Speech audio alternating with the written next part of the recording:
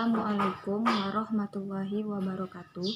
Baiklah, kali ini saya akan menjelaskan tentang materi pertumbuhan dan perkembangan tumbuhan, dan saya akan menjelaskan sedikit definisi pertumbuhan dan perkembangan. Pertumbuhan merupakan proses pertambahan ukuran, dapat berupa volume, massa, tinggi, dan ukuran lainnya. Pertumbuhan bersifat kuantitatif, artinya dapat dinyatakan dalam bilangan, dan irreversibel, artinya tidak dapat kembali seperti semula. Pertumbuhan dapat terjadi karena di dalam tumbuhan terdapat jaringan meristematis. Contoh proses pertumbuhan pada tumbuhan, di antaranya penambahan tinggi tanaman, penambahan diameter batang, penambahan jenis daun, dan penambahan luas akar. Alat untuk mengukur pertumbuhan disebut auxanometer. Sedangkan perkembangan adalah suatu proses untuk menuju kedewasaan yang bersifat kualitatif, artinya tidak dapat dinyatakan dalam suatu bilangan. Suatu makhluk hidup dinyatakan dewasa jika alat-alat reproduksinya telah berfungsi. Perkembangan bersifat reversibel, artinya dapat kembali ke keadaan semula. Contoh proses perkembangan adalah pembungaan, perkecambahan, penuaan, dan pematangan buah. Baiklah, setelah kita membahas definisi pertumbuhan dan perkembangan tadi, sekarang kita akan membahas pola pertumbuhan dan perkembangan tumbuhan. Di pola pertumbuhan dan perkembangan tumbuhan ini dibagi menjadi beberapa bagian yang akan kita jelaskan satu persatu.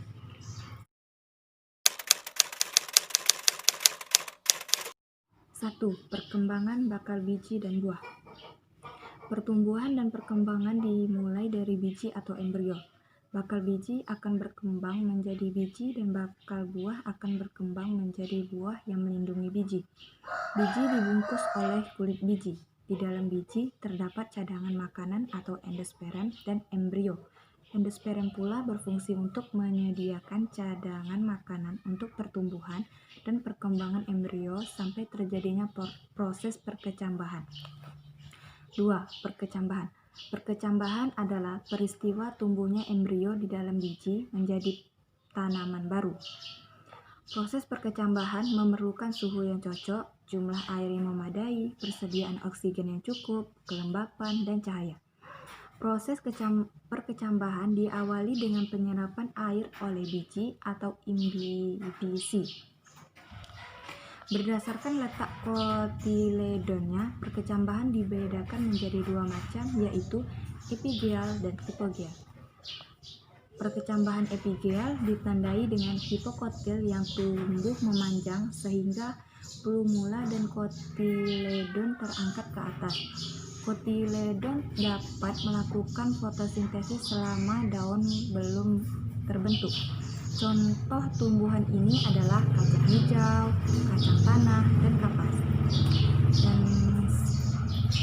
Dan perkecambahan hipogeal ditandai dengan epikotil tumbuh memanjang, kemudian plumula tumbuh ke permukaan tanah menembus kulit biji dengan kotiledon tetap berada di dalam tanah. Contoh tumbuhan yang mengalami perkecambahan ini adalah kacang kapri dan jagung. 3. Pertumbuhan primer. Pertumbuhan primer pada tumbuhan merupakan pertumbuhan yang terjadi karena adanya meristem primer. Pertumbuhan ini disebabkan oleh kegiatan titik tumbuh primer yang terdapat pada ujung akar dan ujung batang. Dimulai sejak tumbuhan masih berupa embrio. Titik tumbuh primer merupakan bagian yang aktif belah. Pada pertumbuhan primer terjadi proses pertumbuhan akar, batang, dan daun menjadi lebih tinggi atau lebih panjang. 4. Pertumbuhan sekunder. Batang tumbuhan dikotil semakin tua maka semakin membesar. Hal ini disebabkan adanya pertumbuhan sekunder. Pertumbuhan sekunder tidak terjadi pada tumbuhan monokotil. Bagian yang paling berperan dalam pertumbuhan sekunder adalah jaringan meristem sekunder berupa kambium dan kambium gabus. Kambium terletak di antara xilem dan flom. Dan sekarang kita akan membahas tentang faktor-faktor yang memengaruhi pertumbuhan dan perkembangan tumbuhan. Pertumbuhan dan perkembangan tumbuhan sangat dipengaruhi oleh faktor dalam dan faktor luar tumbuhan. Yang pertama, faktor internal atau dalam. Faktor internal atau dalam merupakan semua faktor yang terdapat dalam tubuh tumbuhan, seperti hormon dan hereditas atau genetik. Hormon merupakan senyawa yang diproduksi dalam konsentrasi yang sangat rendah oleh bagian tubuh tumbuhan yang akan memengaruhi sel atau organ target. Hormon dapat memacu pertumbuhan pada konsentrasi tertentu, tetapi pada konsentrasi yang tinggi dapat menekan pertumbuhan. Hormon memengaruhi pertumbuhan akar, batang, pucuk, dan pembungaan. 1. Auksin. Auksin berperan dalam pemanjangan sel pada batang serta gerakan tropisme, yaitu gerakan bagian tumbuhan sesuai arah datangnya rangsangan. Auksin dihasilkan pada bagian ujung batang. Kerja hormon auksin sangat dipengaruhi oleh cahaya matahari. 2. Sitokinin. Sitokinin berfungsi untuk merangsang pembentukan akar dan batang, pembentukan cabang akar dan batang, mengatur pertumbuhan daun dan pucuk, memperbesar daun muda. Sitokinin ini juga berfungsi menghambat proses penuaan dengan merangsang proses serta transportasi garam-garam mineral dan asam amino ke daun. 3. Giberelin. Hormon giberelin berperan dalam dominansi apikal, pemanjangan sel, perkembangan buah, perbungaan, dan mobilisasi cadangan makanan dari dalam biji.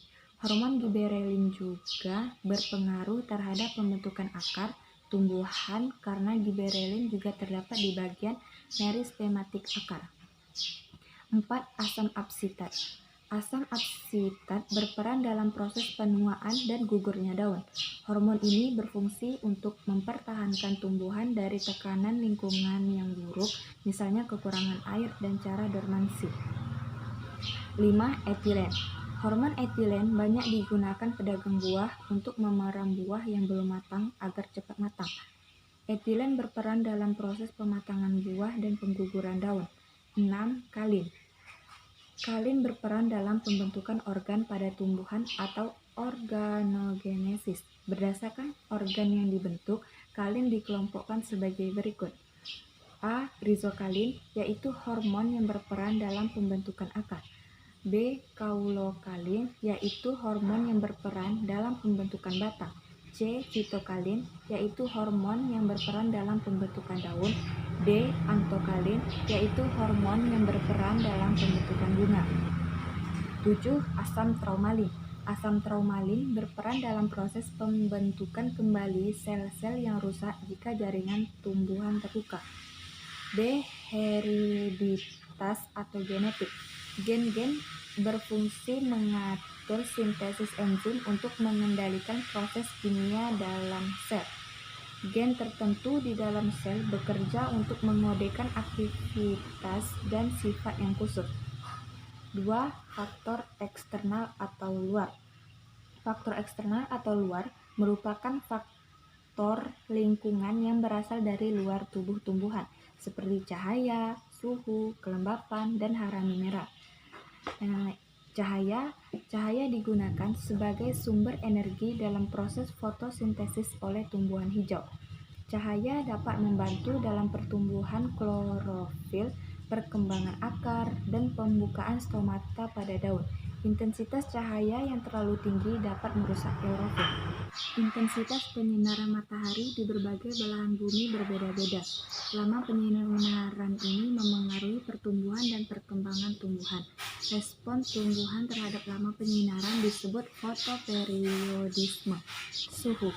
Proses pertumbuhan dan perkembangan tumbuhan sangat bergantung pada kerja enzim. Enzim bekerja dipengaruhi oleh suhu. Suhu merupakan faktor lingkungan yang penting bagi tumbuhan karena berhubungan dengan kemampuan melakukan fotosintesis, translokasi, respirasi, dan transpirasi. Kelembapan. Kelembapan berkaitan dengan air. Kelembapan yang terlalu tinggi menyebabkan penguapan yang terlalu sedikit sehingga transfer air lambat dan makanan lambat sampai ke tumbuhan. Akibatnya tumbuhan tumbuh lambat. Mineral. Unsur-unsur yang dibutuhkan tumbuhan dapat dikelompokkan menjadi dua, yaitu unsur makro dan unsur mikro. Unsur makro adalah unsur yang dibutuhkan tumbuhan dalam jumlah banyak. Contohnya karbon, hidrogen, oksigen, nitrogen, fosfor, kalium, sulfur, kalsium, dan magnesium.